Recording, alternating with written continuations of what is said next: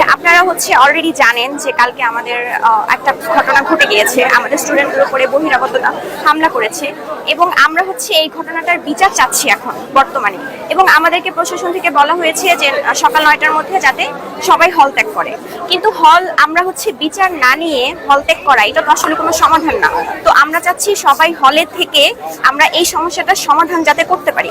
এবং হল ত্যাগের জন্য আসলে বাড়াবাড়ি করার মতো আমরা কোনো অযৌক্তিক দাবি আসলে করিনি। আমাদের বেশিরভাগ স্টুডেন্টদেরকে 19 তারিখে বিসিএস প্রিলিমিনারি পরীক্ষা, যদি এই মুহূর্তে হল ত্যাগ করা হয় তাহলে ম্যাক্সিমাম স্টুডেন্ট আসলে একটু সমস্যায় পড়ে যাবে। এই মুহূর্তে লাস্ট টাইমের যে প্রিপারেশন এবং সবার হল সিট পড়েছে আমাদের শহরের দিকে, আমাদের ময়মনসিংহ শহরে, সবাইকে আবার যার যার বাসায় গেলেও আবার ব্যাক করতে হবে। তো এই সময় আসলে হল ছাড়াটা আমাদের কাছে একটু অযৌক্তিক মনে হচ্ছে। এজন্য আমরা চাচ্ছি যে আমাদের আসলে যৌক্তিক দাবিগুলো আদায় করে তারপরে সমস্যাটির সমাধান হোক।